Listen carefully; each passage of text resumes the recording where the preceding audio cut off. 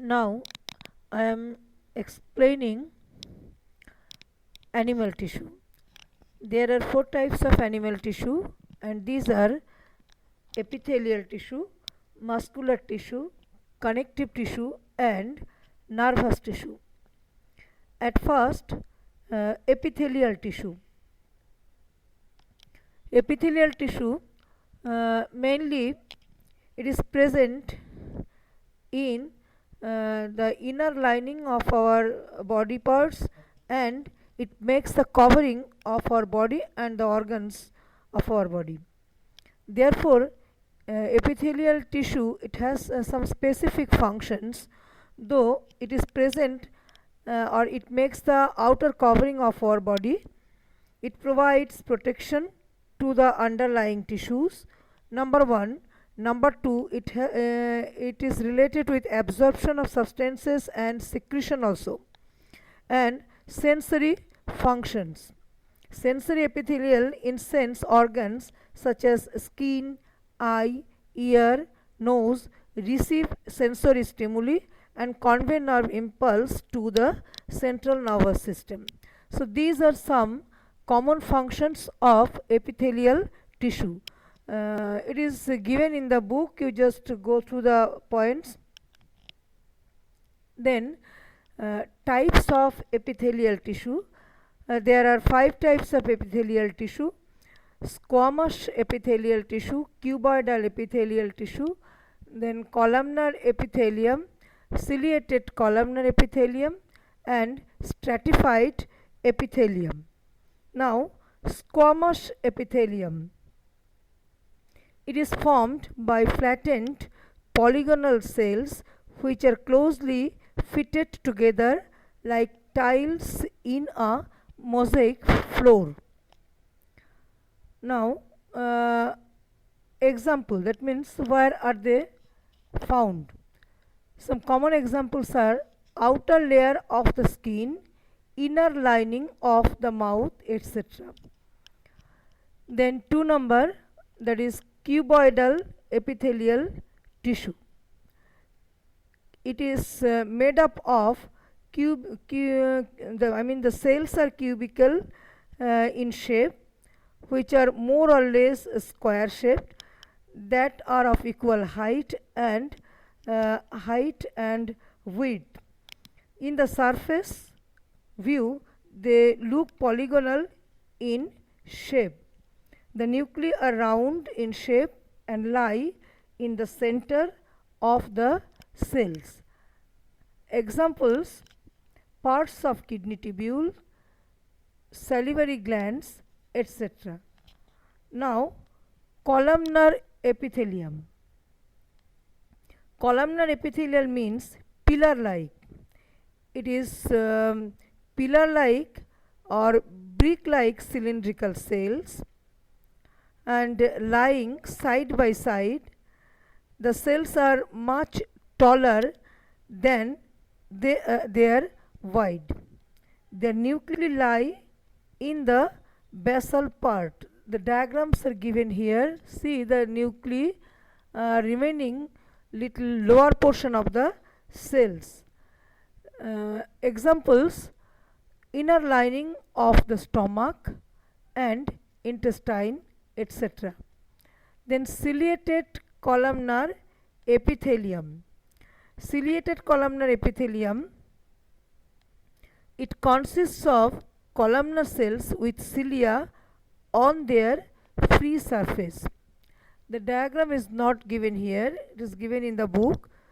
Once again I am repeating, it consists of epithelial cells, it consists of columnar cells with cilia on their free surface. For example, inner lining of trachea or windpipe. Then stratified epithelium. It consists of epithelial cells arranged in several layers or strata of similar or different kinds of epithelial cells. Example: skin and the cornea of our eyes. Now I am discussing muscular tissue.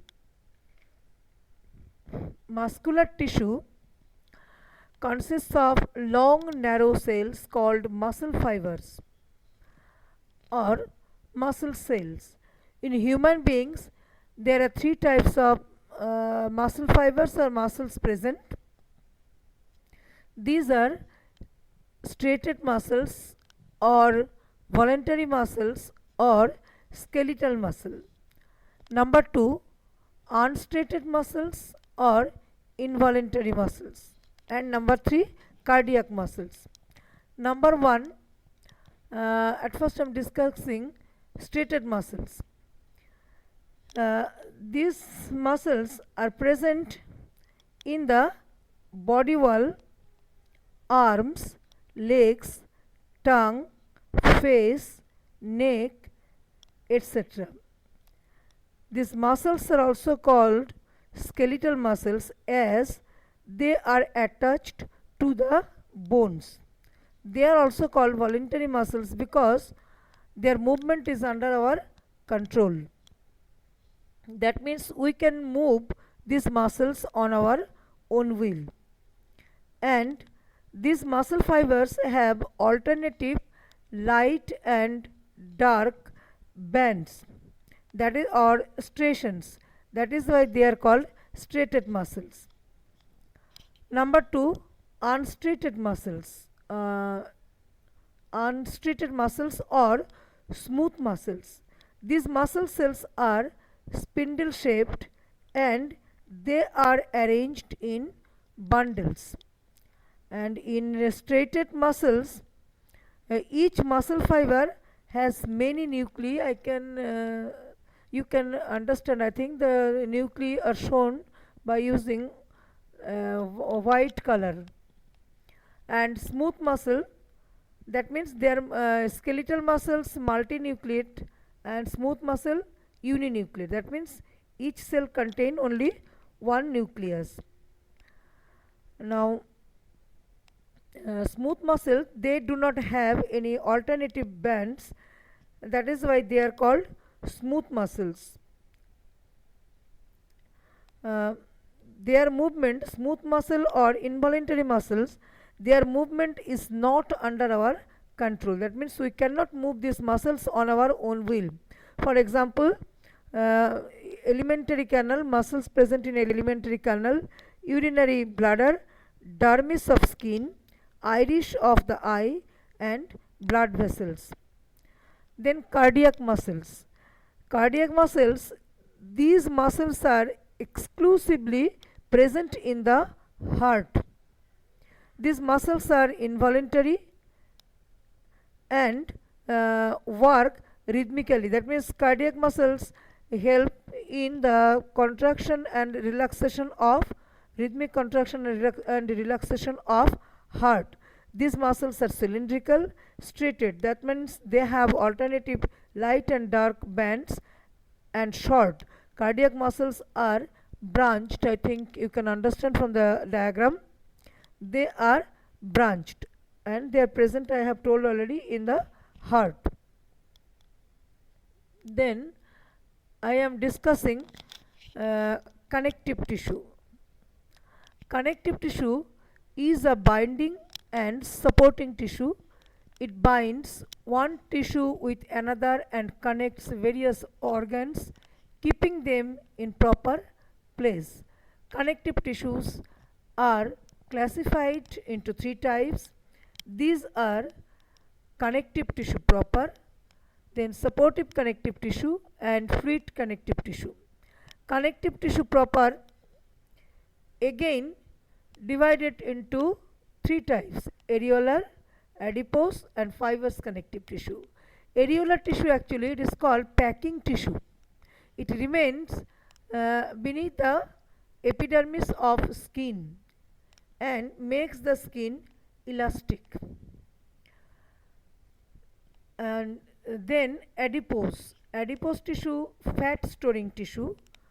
That means the cell become swollen due to the storage of fat globules, and it remains under the skin, and it acts as an insulation